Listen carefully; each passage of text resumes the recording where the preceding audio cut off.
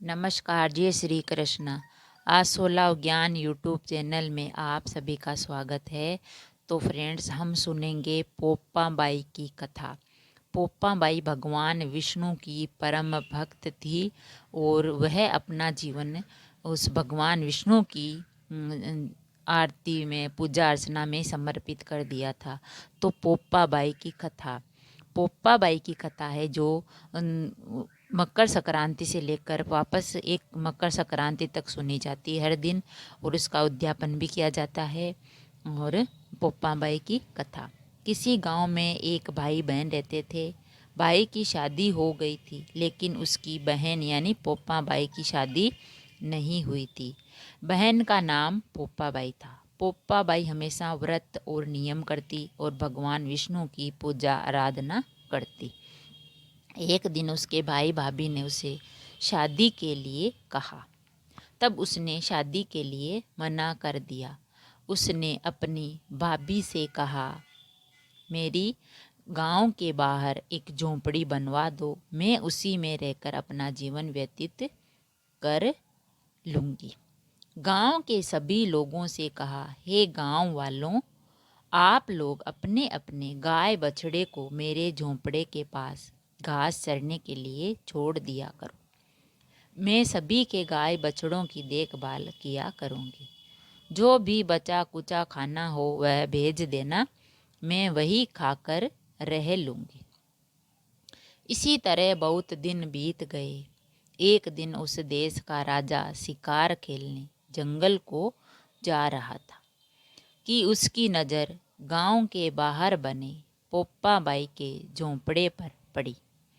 राजा झोंपड़े के पास जाकर आवाज़ लगाने लगा, यहाँ कौन रहता है, यहाँ कौन रहता है। जब कोई भी उत्तर नहीं मिला तो झोंपड़े के दरवाजे को खटखटाने लगा। खटखटाने की आवाज़ सुनकर पोप्पा बाई ने अंदर से ही पूछा, बाहर कौन है? बार बार दरवाज़ा क्यों खटखटा रहे हो? क्या काम है? तब राजा ने उत्तर दिया, मैं इस देश का राजा हूँ, मैं तुम्हारे साथ विवाह करना चाहता हूँ। पोप्पा बाई ने कहा, अपने महल को लौट जाओ, मैं पराये पुरुष का मुंह नहीं देखती।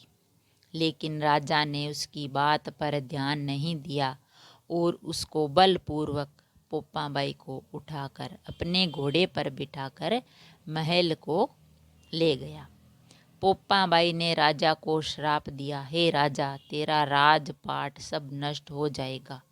महल में पहुंचकर राजा ने अपनी रानियों से सारी बात बताई। पूरी बात सुनकर रानियों ने राजा से अनुरोध किया कि पोप्पा बाई को सही सलामत उसकी झोंपड़ी में छोड़ आए।